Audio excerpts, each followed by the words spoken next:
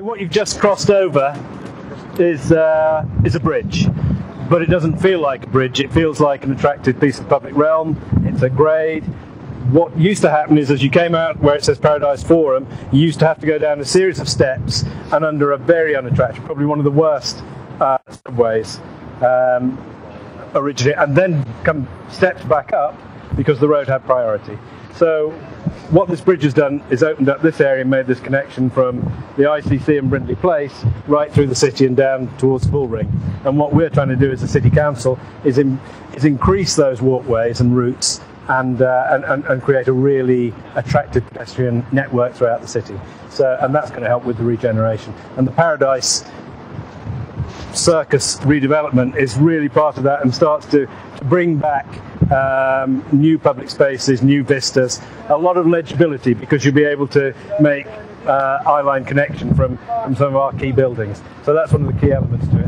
And the library building, the old library building, which was by John Maiden, a local architect, it is controversial. Some people love it, and it's a Marmite building. Some people love it. The majority of the public don't love it. And although it looks very impressive from certain angles, what it does sit across those routes that we want to make, the connections that we want to make, and it certainly is not fit for purpose. So there always needed to be a new library.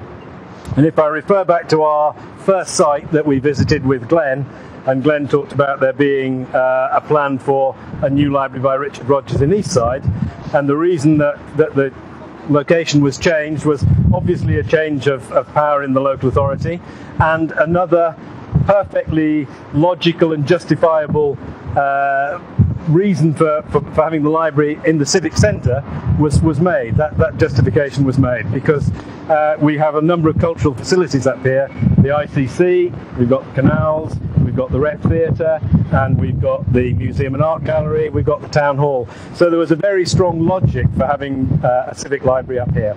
So if we move on now, we'll get to the library and have a look at it.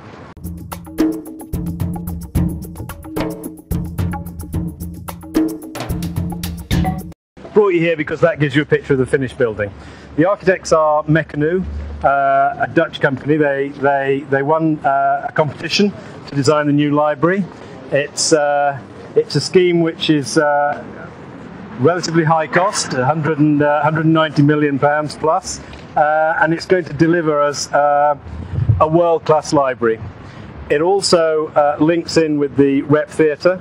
So it includes a complete refurbishment of the Rep Theatre as well, including new studios, a new studio theatre within it, and what it gives us is a library which is right for the modern age. It includes digital library, it includes exhibition areas, it includes conferencing, it has fantastic outdoor terraces which overlook the square, and it includes right on the very top of it the historic Shakespeare Library.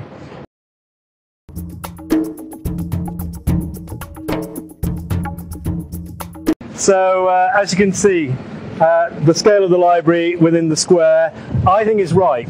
I think it's right to have this sort of sense of enclosure. I think it's right that we get a good series of buildings along this edge of the square. The architect's concept was 3 palazzos, and Baskerville House was the first of them. The Rep was the second of them, and the new library was the middle one, with that step up in the middle. So we're getting 9 stories, children's library, business library, digital library, all those sort of functions within the building. But we're also getting 3 stories of storage of the